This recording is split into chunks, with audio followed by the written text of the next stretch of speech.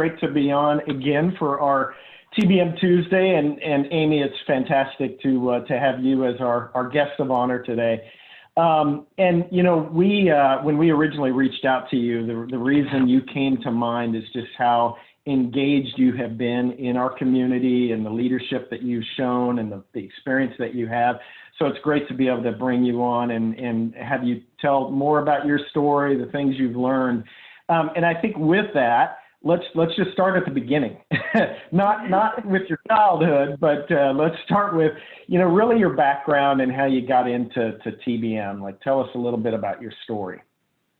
Yeah. So, by the way, thanks for having me. I love sharing all sorts of fabulous things that have happened in my past 10 years in my TBM journey, and I hope others can take away something from this. But just a little bit about background. I went to school for accounting. I loved accounting, and so I got my degree in that space. But after a couple of years of being a staff accountant at a company that was a business process outsourcer, I realized the monthly balance sheet reconciliations was not my cup of tea. And the vice president of financial planning and analysis said, "Hey, do you mind coming on over and doing the budgeting and forecasting for our SG&A department, so the non-revenue selling department?" And I said, "Sure, let me try something new." And that's where I got introduced to a CIO by the name of Bob Mercer. Bob is now retired in Maine, but Bob was fantastic because he told me really quickly, he goes, "Amy, I have no clue how to do financial stuff, and you guys talk this different language." And I was like, "Sweet, Bob, guess what? I have no idea what the heck a server is and why we use it, right? All I know is when I pass the data center, it's all flashing lights and there's people back there. And it's really hot when you go in the room. So you guys are really worried about the air conditioning, right?" So through that journey with Bob, him and I were a dynamic duo. We were oil and water, very much so. But over a couple of years, I taught him how to budget and forecast, and he taught me everything from why is a ticket important? What's an SLA?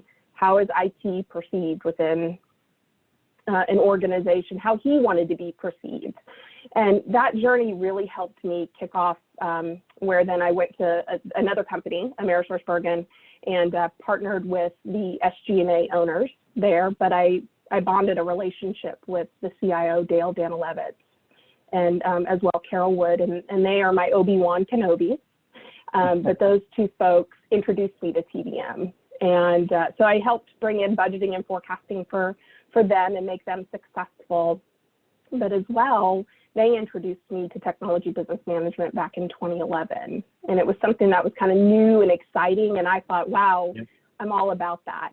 And so from there, it really just continued to, snowball effect. I just kept learning more and more about IT and how IT was transforming, and then I was able to marry up financials with it, which is, I always say to people, it's one of my weird statements I make.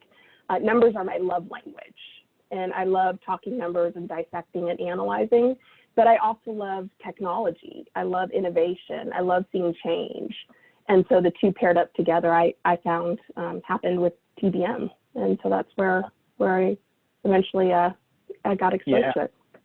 Yeah, that's fantastic. And, Amy, you and I share some commonality in the background because I started as an accountant as well, was an auditor, and really came from a finance perspective. And like you, I just had a love of technology and wanted to learn a lot about technology. But I think you and I both kind of commiserated that we, have a lot of finance colleagues or accounting colleagues from our past and our careers that didn't really have a desire to learn sort of that language of IT.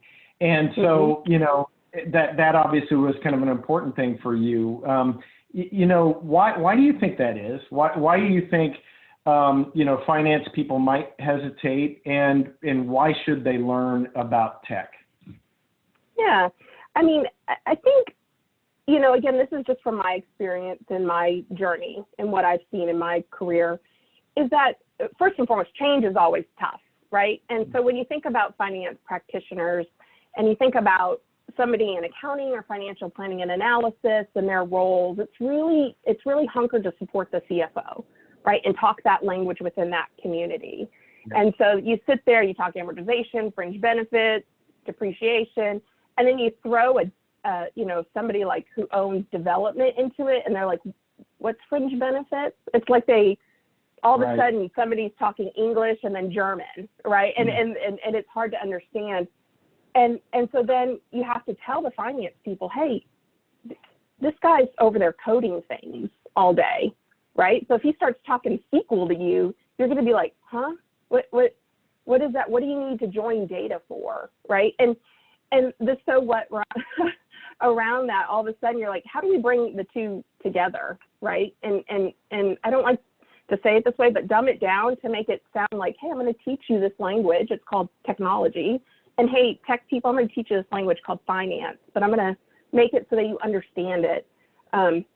But I just think it's that essence of change, just being open-minded and saying, and curious and inquisitive is the so what. And having folks that do that are important. But when you get into your standard routine of, hey, I do an analysis every month and I need to talk to the language so the CFO gets it and he can tell the story.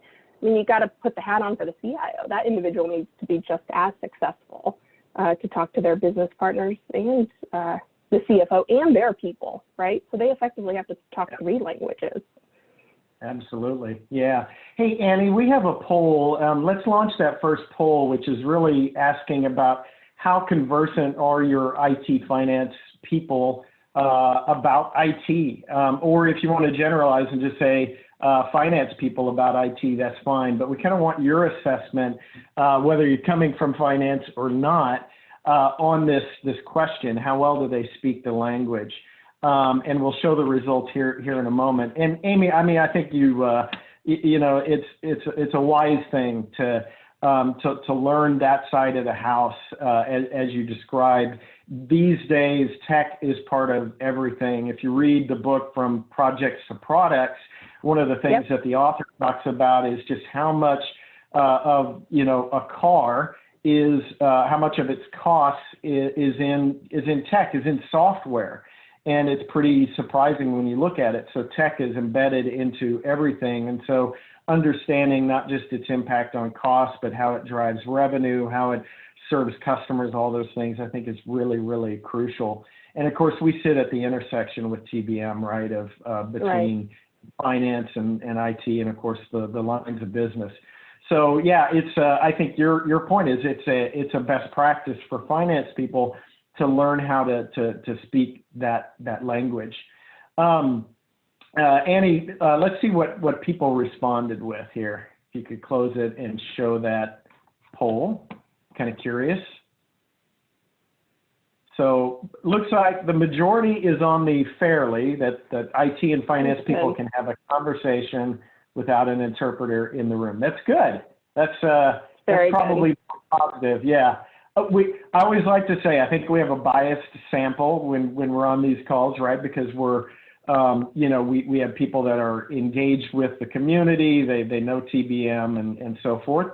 And so that probably is biasing the sample here a little bit, but definitely positive to see. It'd be great if we could improve upon that. Let's go the other way now, though. How much do IT people need to know about finance? How can ignorance of like financial concepts be a barrier to TBM? Very, very much so. In fact, yesterday I was having a conversation with a colleague that was in IT, and they said, we were talking about budgeting and whatnot, and they said, oh, well, we're going to put in X dollars into the budget. And I said, yeah, but we need to also talk about fringe benefits. And something as simple as fringe benefits. They were like, what's fringe benefits? And I talked to them. I said, they're the benefit that the company pays on behalf of you. So it's not just what the take-home pay is. I mean, something as fundamentally you might think, well, people should know that the company pays, something above and beyond.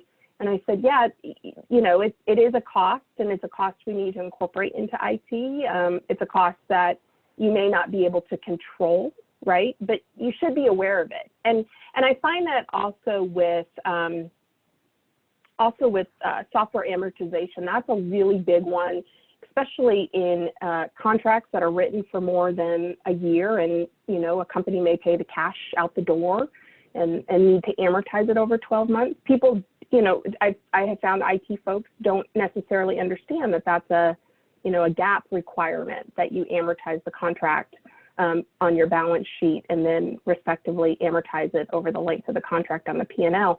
And just making them understand that, but not in a context of Amy's been doing finance for 20 years conversation. I need to go back to Accounting 101 and really remind them that, they're taking the first step in learning that, and that's really important. Yeah. So yeah, just as much as teaching them. Yep. Yeah, I like to say that, developers should be developers, engineers should be engineers. We're not trying to make, turn those people into financial managers. That would be a waste. But having that kind of core knowledge, Amy, in just best practice terms, what you've experienced, how do you address that challenge? Like, how do you educate IT people about finance? Have you had any kind of successes with doing something like that? Yes. So one of the things in my past, we did a financial management 101. And you really had to remember that some folks may have had exposure and understood. I remember I call her Obi-Wan Kenobi. She's Carol Wood, who introduced me to TBM back in 2011. She was an accountant by nature. So when I would establish what I thought would be successful, I was like, Carol, you might get a little bit bored with this. But what I did was I did financial management 101 sessions, 45-minute sessions, made them fun, energetic, hands-on practices of learning about how financials look. And I wasn't talking about, I put a P&L in front of them and was like, hey, this is gross margin. It was, hey, here's a budget. I want you to go in and put in that you're going to pay somebody $50 an hour, right? And they think they're going to get $50 an hour, right? Let's talk about fringe benefits. You guys get medical, right? You guys all probably are eligible for it. So I had to find a way to make it fun and exciting. But one of my best practices is just establishing a 45-minute session, make it optional, but really generate the fact that it'll be fun, and you're going to correlate how their job, how they as an associate see it as well, so that way they can connect the dots and it makes sense to them. That's been one of my best practices. And then one of the other things that I've always been, and this is just who I am as a human, there are no dumb questions. So even if we got into the rigmarole of monthly forecasting, or maybe there was, when we started implementing service costing at one of my companies that I was at, it was like, there are no dumb questions. Ask me. If you don't get it, I'll get you there. And I won't be okay until I get you there. But you really have to create that environment that if you want to learn, I will teach you. Yeah. Yeah, absolutely. Yeah, Frankie in the chat said that depreciation and amortization is a difficult concept for our IT folks to understand, even when explained previously, right? And I think, some of these concepts, they require a little bit of foundational knowledge of really how your financials work. And that gets to the why. Ultimately, your company, especially if you're publicly traded, you're driving an outcome that is measured in your financial statement. So having that awareness of, well, this is how what we do impacts that is really, really, really important. But yeah, I've heard that before, where even, Frankie, where people have said, my budget owners don't know why they have to even include that or account for depreciation and amortization. And I know not everybody budgets for that. A lot of times it's done centrally, but it can be a barrier if they don't understand the why behind these things. And the impact of like all those decisions that you make, whether it's, going to a SaaS-based contract, which changes the very nature of the expenditure. It's no longer you're building an asset and amortizing. Now you're subscribing to a service that gets expensed as it's incurred. So it's again, I think the best practice here is doing education of taking effort to educate your IT people about finance as well.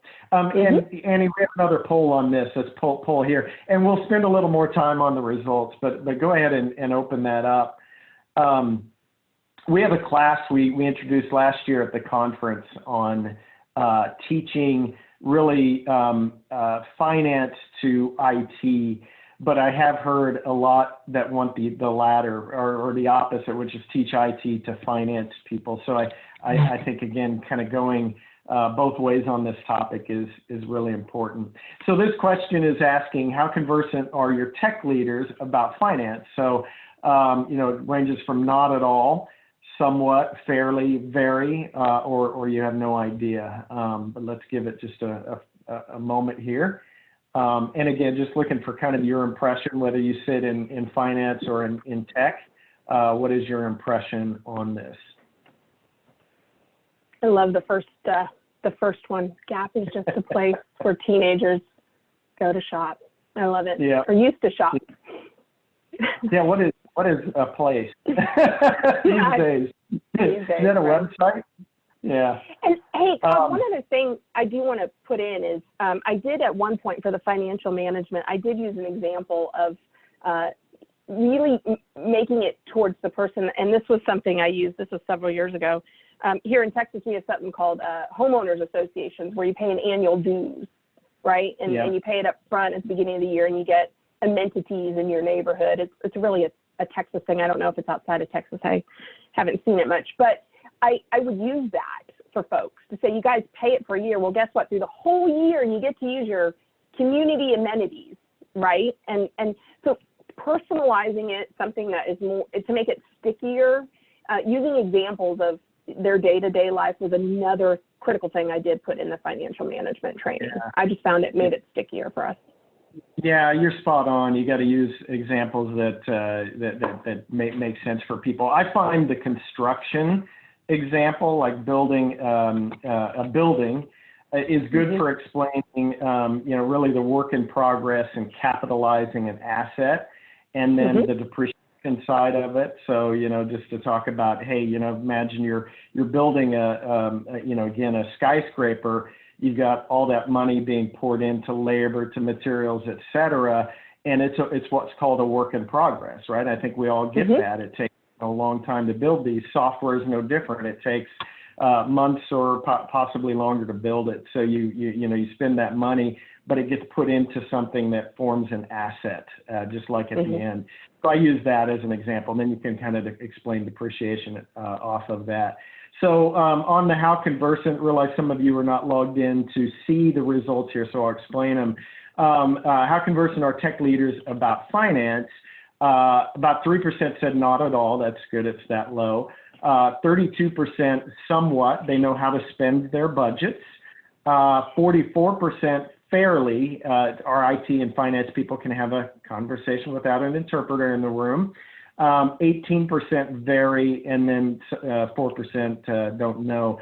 So again, it leans towards fairly to very sort of conversant about finance, which again I think is very positive.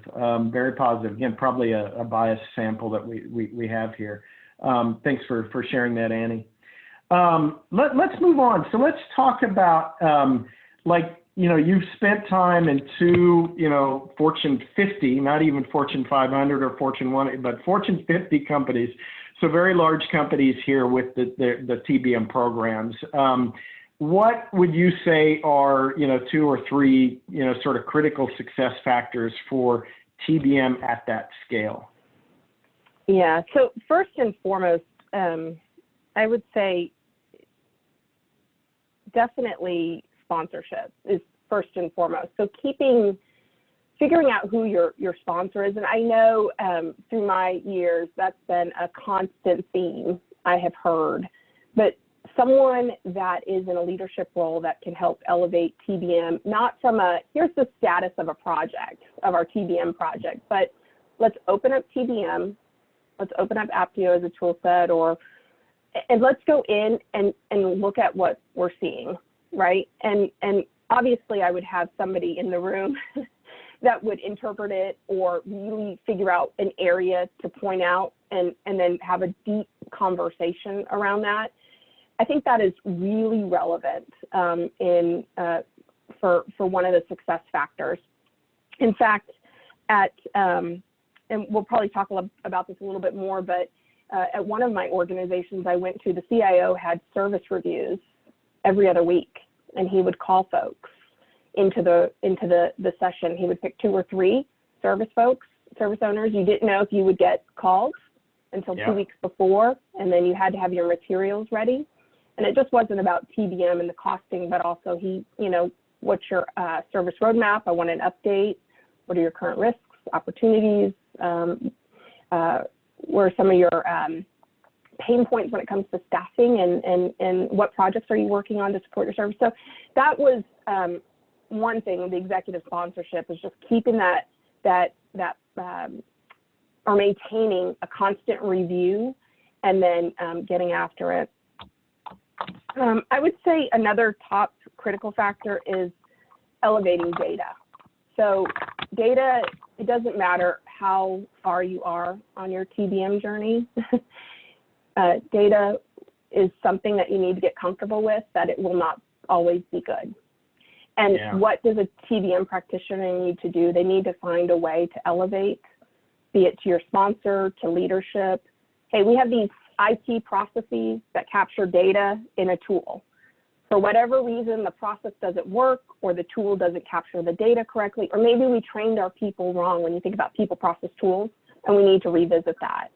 And it's pointing that out, I think is so critical. And then elevating through a dashboard, through some sort of communication channel. Here's where we have opportunities, and if we got better data, we could have better costing. But it's not something that you say, I'm reviewing it once and I'm done. It's a constant review, and not to point out errors, but just to say we have opportunities. So that's another critical success, and getting comfortable with dirty data and bringing it up, moving forward as an organization. Yeah, I think both of those are spot on. On the executive sponsorship side, I always view it this way: it's the hydraulic pressure, and if you lack the hydraulic pressure, you won't get any work done. And it's really crucial. This cannot be. I've rarely seen it be successful when it's driven bottom up. And the reason is because you're driving accountability with TBM. It's how you drive decisions that improve, corporate results, reduce costs, improve where the money is spent and things like that. And that's an accountability thing. It's hard to do from low levels in the organization. So sponsorship is really key. And you know what, I'll do a shout out because I know Larry Godek is on the call, and I've known Larry for years. I think, Amy, you know Larry, and Larry was the CIO and SVP for many years at First American, recently retired, but he's still our chairman of the board for the council. And, Larry, not blowing smoke, but you've always been, really the sort of the prime example of executive sponsorship, because you were actively engaged in the program. And by that, I don't mean you were like steering things, but you always, drove that hydraulic pressure. So I think, the sponsorship is obviously, you're setting a good tone. You would, help your team. You would, when people weren't providing the data they should be reporting, you took action, and I think that is, just spot on. So, and I see Annie elevated you to a panelist. Larry, is there anything you want to say about? I don't want to put you on the spot, but anything you want to add? Well, first, thank you very much for the kind words, and Amy, thank you very much for your leadership. But I do believe that to be successful with TBM, it needs to start at the CIO level and move down the organization versus trying to move up the organization. It's when the CIO is engaged in driving it.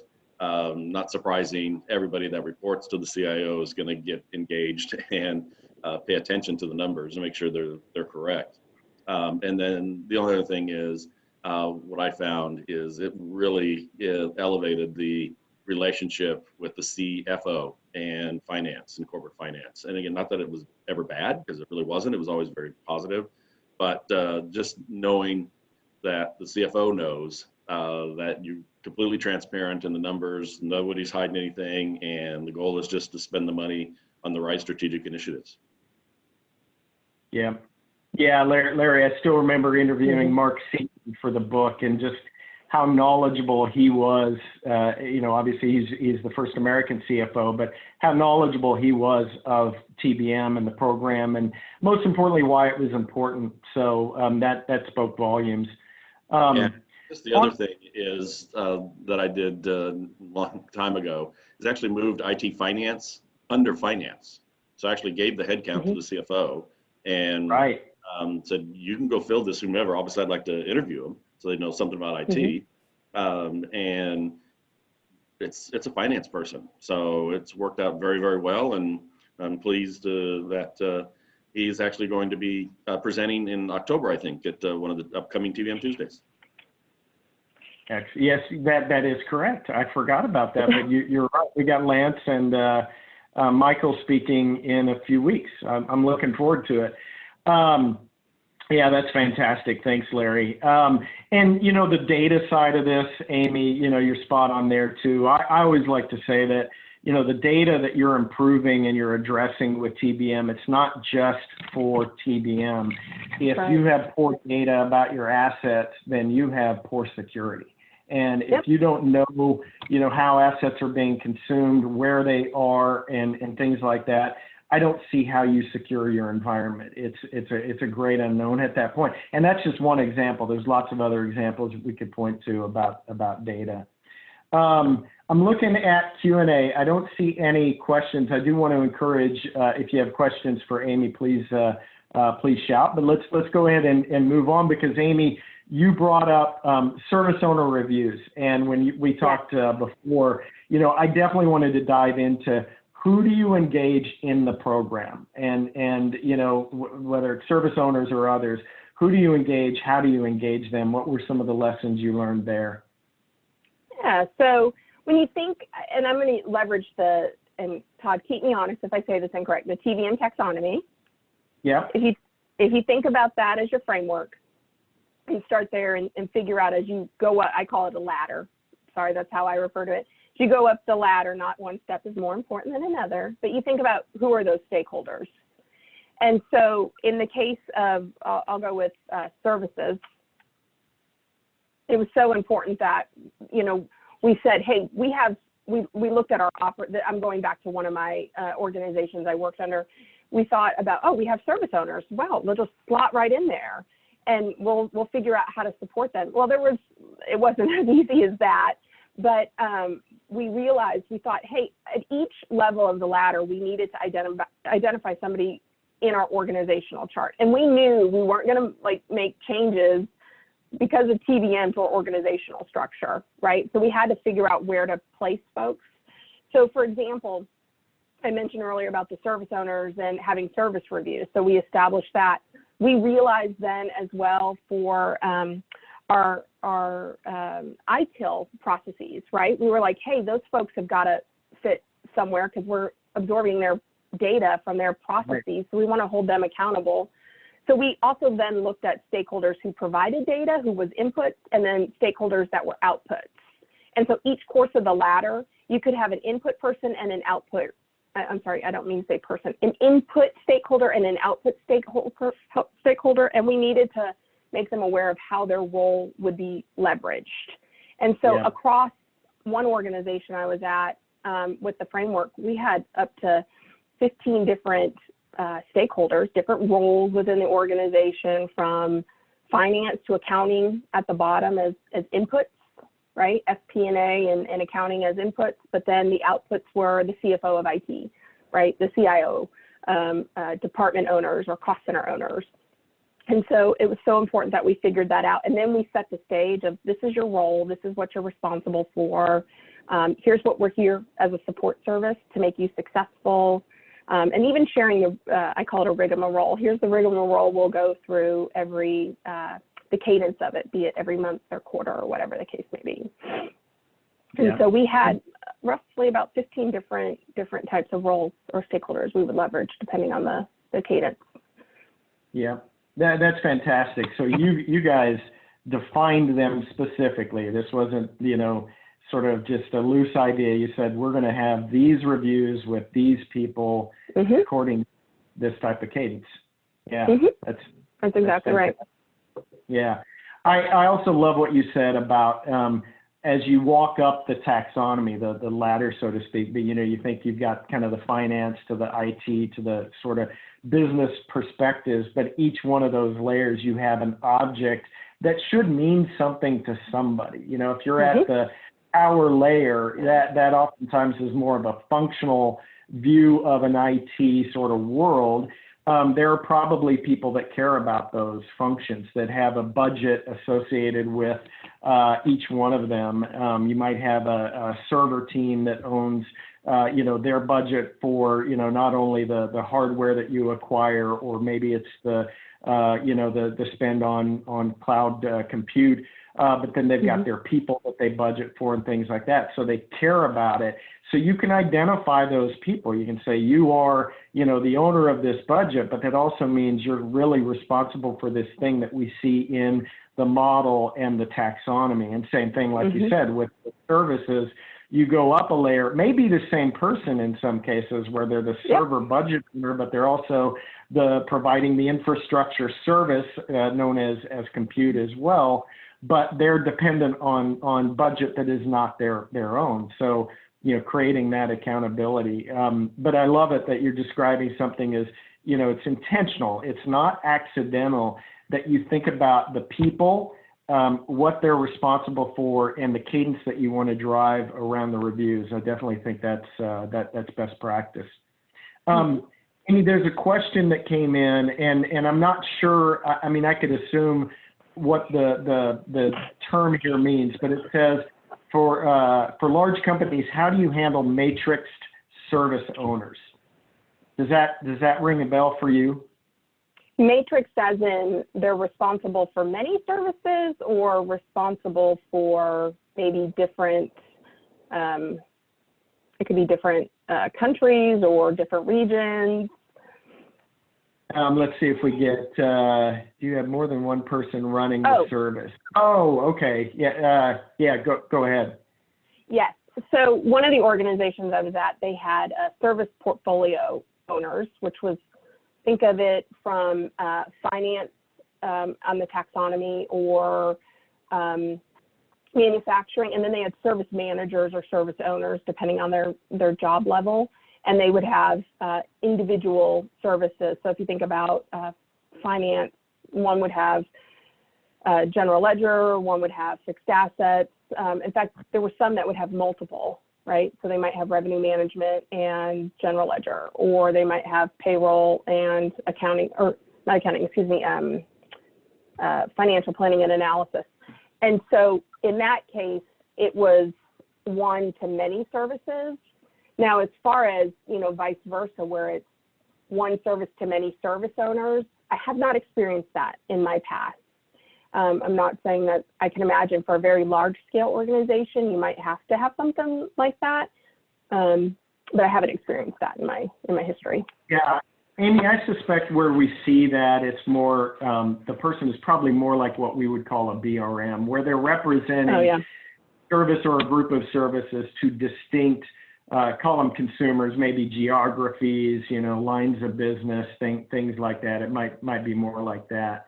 I think the lesson, though, Amy, is what you're looking for is, hey, if you have a portfolio owner or a distinct service owner or what have you, you just want to make sure they're given the sort of TBM reporting so they can do that job, and that they know what they're being held accountable for, and there's a cadence by which you operate around that. So when do you do, if it's service reviews, great. If it's service portfolio reviews, it's great.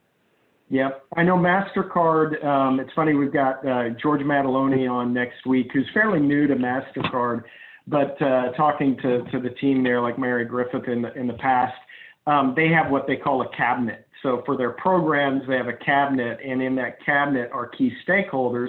And just like a service review, they're doing regular reviews with stakeholders. And part of the conversation revolves around costs and consumption and things like that, but it certainly covers more than that. I put something in my way. I don't want to do that. Just looking at any other questions kind of coming in. I love calling it a cabinet. It makes it sound so formal. I know. I really like it. Well, and there's actually, they have a picture that they've used, like a PowerPoint, but it shows like at a round table or like a conference room table, who's sitting at that table, who's part of the cabinet. And it does vary from like program to program and so forth. So it's not always the same, but it's kind of a template for that. But I definitely like that. Hey, just Amy, I'm kind of thinking about this too. Do you, have you seen where you structure or define goals such as cost reduction? I mean, we talked about the go-get. How do you use that to help drive the outcomes that we're talking about? Yeah, so in my past, I mentioned the service reviews, but one of the best practices that I saw, and I loved this practice because it held folks accountable, was every year there would be a service budget. And the service owners were then responsible for coming up for the cost of their service. So they would leverage their history of what did my cost per unit, depending on an e-com order or a general ledger transaction, or a cost per end user device, or cost per server, cost per gigabyte, whatever. These service owners knew what their historical was. But then for the budget, they had to, I always say, strike a price. And that price would be enhancements they needed to their service, be it they're transforming something, or maybe they need to get off an old operating system and they've been chugging along, not waiting for it to happen. Now maintenance is catching up. But effectively, they would have to do that. Where I thought the brilliant idea was the CIO gave them all what was called service go-get. One year it was 1%, the next year it was 2%, and sometimes he would even give individuals, just based off his knowledge of the operating model and what was going on with the business units, he would give them a higher percentage. But he then held them accountable. So within their service price, they would have a go-get. They didn't have to necessarily figure out how they were going to go get it. He would love if they came to the table when they presented their budget and said, hey, you gave me a 2% go-get. It was X dollars, $1 million, whatever the case may be. Here's my ideas of going after it. And what I loved is that he gave that accountability down. The person who's actually running the day-to-day operations of that service. And he even put it, if I remember correctly, as one of their objectives, right? So now their incentive comp was tied to it. But what better way to say, hey, I gave you a percentage, which equated to this number. You need to come and figure out how to get there. And then, as I mentioned, he had service reviews every 2 weeks, right? So he knew from the TBM space their price, what the price was looking at, like every month. And he was able to effectively say, hey, that service is struggling. I'm not seeing it come down, and effectively then put them on the hot seat. But also, too, the other thing with the go-get was sometimes it wasn't about hitting a target. It was him trying to figure out how to fund R&D, his own R&D bucket, right? So it was really important for him that he shared his, something that was being pushed down, right, a target he had. He made sure that his leaders, and I'm not talking vice presidents, I'm talking these were manager-level individuals. He let them understand what the bigger picture was and gave them some of the accountability and made them realize that he couldn't do it unless, he had them at the table. So the go-get was so important. And it's something that everybody, I don't remember a year we didn't hit go-get because of that practice. So it worked out very well. Yeah. And the key is it's not after the fact. The go-get comes during the planning process when the budget is being set. So targets are, aligned to the sort of the resource allocation, if you will. I think that's spot on, because then you can use that money for other things potentially. I mean, maybe it goes to the bottom line, but odds are you've got a lot of demand for new investment, and so you can you can fund other things in a lot of cases. That shifting of run to change is such a common theme that we see with with TBM programs, and the CIOs, kind of their vision for it is usually about funding innovation and so forth. Granted, during COVID, I think all bets are off. I think a lot of it has sort of been driven bottom line, but in more normal, let's call it circumstances, that shift from run to change is very common. Go ahead, Amy. I was just going to say, and Todd too, he also would hold these service owners accountable for coming to the table back to because the structure was BRMs to service owners to what was coined the factory. And I hate that term, but it was the folks within IT. This was a whole IT ecosystem. It was the development, the testing, the infrastructure, the end user devices, et cetera. But the so what was he also held the service owners accountable for go-get of, hey, give the business through the BRMs ways that if they did something differently, right, their costs would go down, we would be doing less. I remember at one of my companies, one of the e-com service owner had talked about if the doctors would take their orders and compartmentalize them together to do one a day, how it would help save money for IT, for the business unit. I mean, it was that kind of conversation. So it wasn't about reducing a contract or getting rid of people. It was, hey, if the business did something differently, we could save money, charge them less, and we wouldn't have to do as much. So it was more of a business process that that business unit was doing. So he also held them accountable for that as well. Yeah. Hey, Amy, on that, because I think that's also really key is working through the BRMs with the business partners, because, you know, it's consumption and demand that ultimately drive the cost. But a lot of times there's a perverse disincentive to save, right? Because of, you know, really the fixed costs that, you know, nature of IT and things like that. Did you do things specifically, you know, with the financial model to create those incentives, you know, to ensure that if people, you know, acted, you know, in the interest of the corporation, that it would impact like their own P&L? Not sure if I'm making sense, but, you know, thoughts on like how you kind of address the challenge around those incentives? Yeah, I mean, most of the times if you said to a business unit, hey, if you changed this practice that you guys are doing within your business, right? So tell the doctors not to put in multiple e-com orders, and then it would generate an invoice for each one, and then all of a sudden we're storing data and creating invoice numbers for each one. Rather, just have them do it once a day. And I know that, you know, I remember when the BRM approached the business unit about that. That's a tough conversation, because now you're going to have to go explain to multiple practices how to do something different, and that might be like a pain in the butt. And it was like, but the business unit was like, but it could save me money.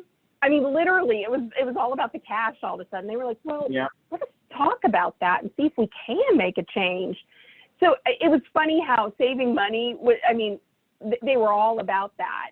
But the change management of going outside of the organization and saying, hey, practitioners, right, groups, doctors, whatever, it's best practice. They had to learn then how to sell it to them, right? And IT helped them do that.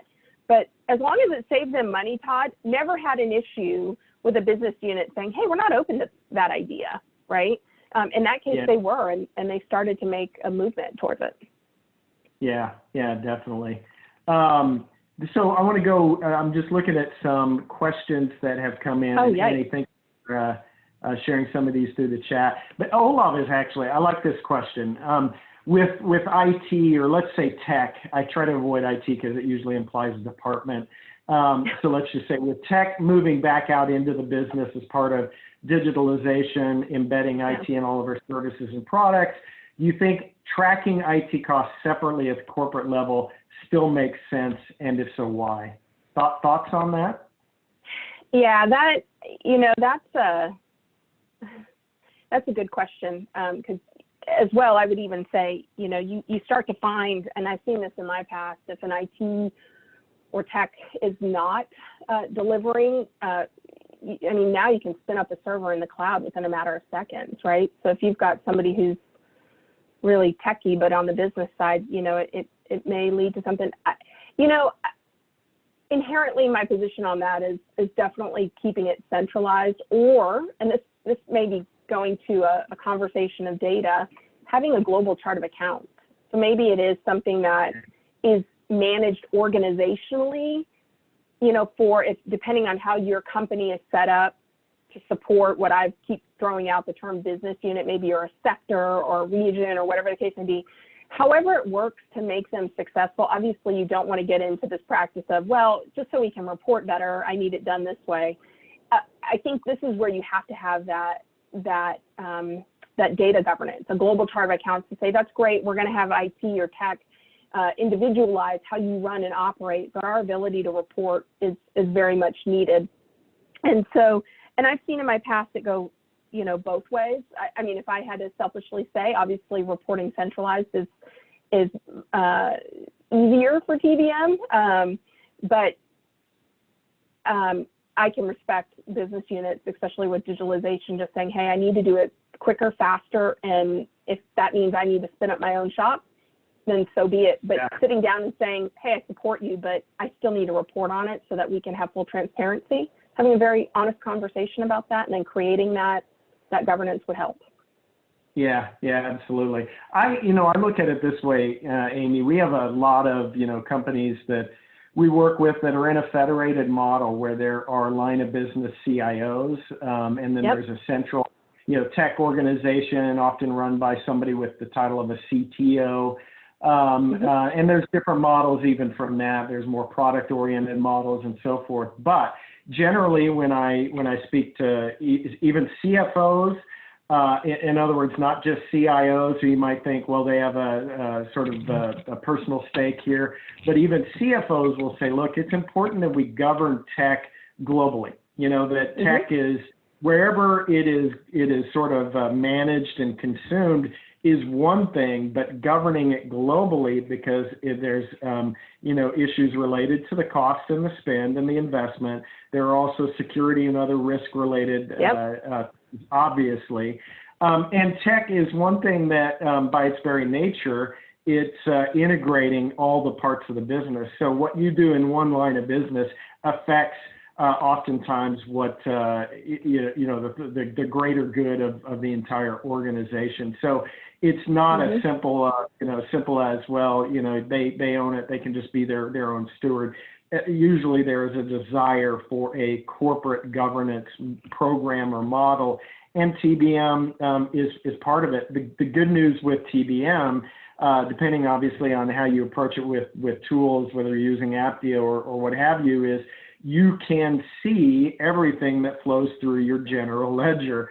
So if it gets spent anywhere, you should be able to pick it up through your tools and see, whatever you might call that. I've used the phrase ungoverned before on our standards call last week. Somebody said they liked the word unsanctioned. They actually used that. It was Phil Armstrong at Great West Lifeco. They kind of look at it as unsanctioned, things that are bought outside of the governance model. And so I think that's another reason to look at things globally, even though you might have a federated, distributed, et cetera, kind of model.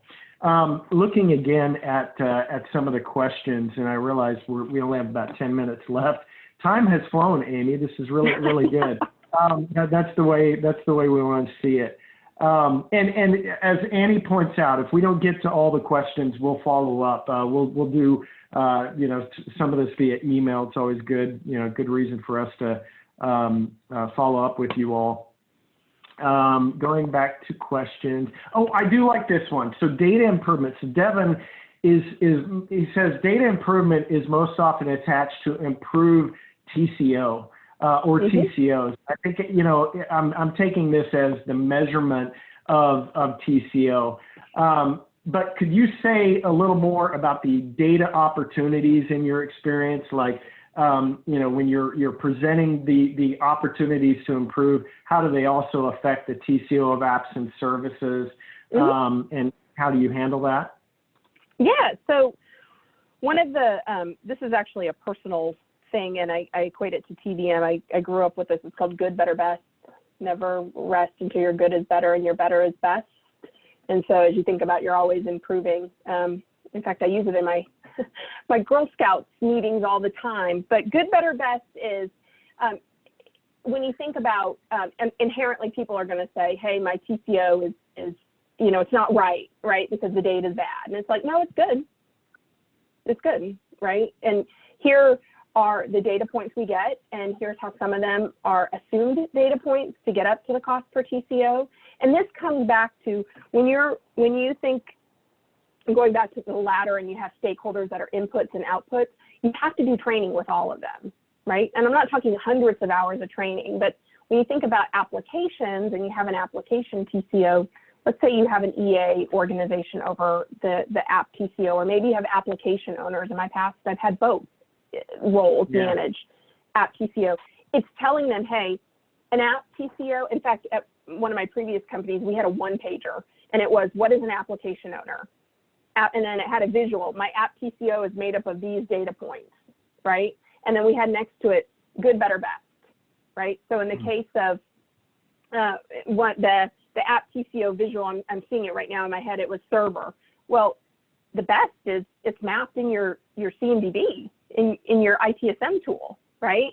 Well, guess what? Not all servers are mapped, and so now we have this cost of servers that flows up to server services or infrastructure services. Oh, apologies, I've got a 10-year-old that just walked in behind me. But all of us. COVID life. But having said that, it was so important that we then educated them. Hey, an app TCO is made of this. In our best world, it would be from these data points that are direct consumption. But guess what? We're not perfect, and we may never get perfect. And so some of these are better and some are good. And that same methodology went back to the inputs. So in the case of servers, we would go back to the folks that had configuration management and said, hey, we had X number of servers that aren't mapped, right? So we're spreading this cost. That's good, but we need to get better. And so how can we partner together to make this work? Because this isn't just about TBM reaps the benefits, right? If a server goes down, we can communicate what apps and what sectors or business units are impacted, which creates goodwill and trust. So we're just a recipient of that. So it really goes back to that financial management education and how you phrase it. And I have found good, better, best has worked for me. And as long as you keep with that, hey, it's good, at least you got it, right? Let's get it together, let's partner together, and let's get it better. And eventually we'll get it best.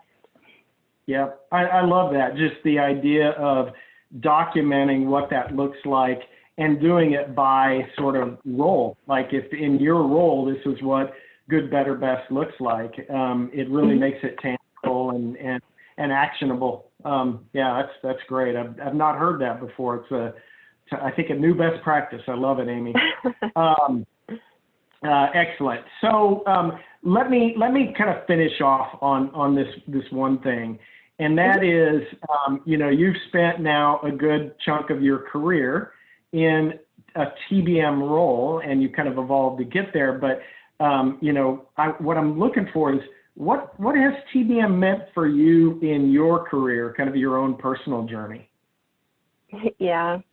So TBM, when I remember, and I'm just going to be transparent, when I was at AmerisourceBergen, Carol Wood and Dale Danilevitz were the ones that had, and Tom Murphy, excuse me, I need to as well throw out Tom, were bringing TBM in. And I remember I was in financial planning and analysis, and I was like, this is ridiculous. This isn't going to go anywhere. I'm like, why are we doing this? And I was supporting them, right, with their standard budgeting. And after 6 months, I got there. And I remember one day I was like, I got it. Like, this makes sense. I understand why we're doing it, right? Since that time, guys, like I think about my career and where I want to go. And recently I even obtained my master's degree, and I was like, where do I want to go with my life next? You know what I love about TBM is I could go into IT or I can go into finance, right? I know I could go in as an IT product owner. I love as well the network. I love that, TBM, I remember back in 2012 or 2013, it was like 200-300 people, and now it's just massive. It's a village that I can lean on to ask questions. And in a given day, I at least text 2 or 3 people from my TBM network. So I love the fact that even though finance and numbers are what makes Amy tick, and I have found a love for, it has opened up my eyes, and I can actually pivot and do, I could become a service owner possibly for the finance services, right? Just from having that kind of knowledge base. And so it's really opened up that arena.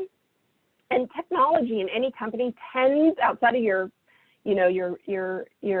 cost of goods sold, technology tends to be a big driver of cost for many companies, right? So it's really helped me realize that I can go which way depending on a role that I'm looking for. Yeah. And that I've really enjoyed, knowing that I could, it's opened up so much for me in many areas. Yeah, that's great. And yeah, a big driver of cost and perhaps just as importantly is a big driver of value, right, for any company these days.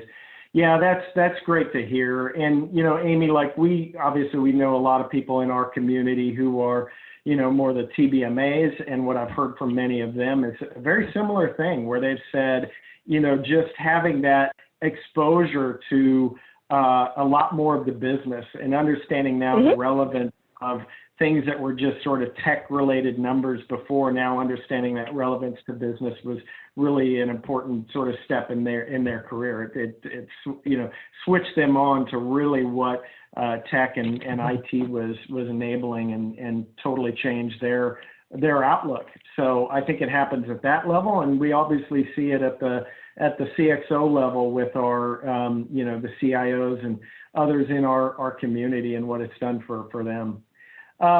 Okay, this has been great, and we got 2 minutes left. I'm just going to do a couple of things here. First of all, Amy, thank you very much. I wish we had more time, frankly. Like, this has been really good, and it really did go faster than I kind of anticipated. I do want to say this. You had brought up with us before the call that there's an upcoming Texas user group. The invite hasn't gone out for it, but if you're in Texas, you'll get a user group invite scheduled for September 16th. So maybe for now, just put that on your calendar and then look out for that to come. And of course, it'll be virtual as they are, yes. But it should be a really good day. Next TBM Tuesday on the 25th, we're going to sit down with George Mataloni from Mastercard. George, like I said earlier, he's new to Mastercard, fairly new. Before that was with AIG. He's one of our board members. And we're going to sit down and talk about really kind of, how TBM is embraced, or he's embraced that in his career and what that means. And he really has more of a sort of central tech or infrastructure perspective. And then, of course, the last thing, without kind of, forgetting, is we've got the conference coming up, and we want to make sure that you all are registered for TBM conference. If you're not, and I'm just realizing I'm showing the wrong screen, but just go to tbmconference.org and register. It, as you probably know, is virtual this year, and we are busy preparing for that. The good news about it is it will allow you to take in so many different types of sessions from previous than you were able to in previous years. Before you oftentimes had to make a choice between competing sessions and things like that. You'll be able to do so much more this year. So we're really looking forward to kind of the creativity it allows us to take with regard to our sessions. So again, go take a look, and we'll have more information forthcoming about the speakers and the agenda and so on as we flush all of that out. But it's going to be a great event. Annie, did I forget anything? No, you've done a great job. Thank you so much, Amy. This was such a great session. Thank you, Todd, as well. Really appreciate it. All right. Thank you, everyone. Thank you for joining.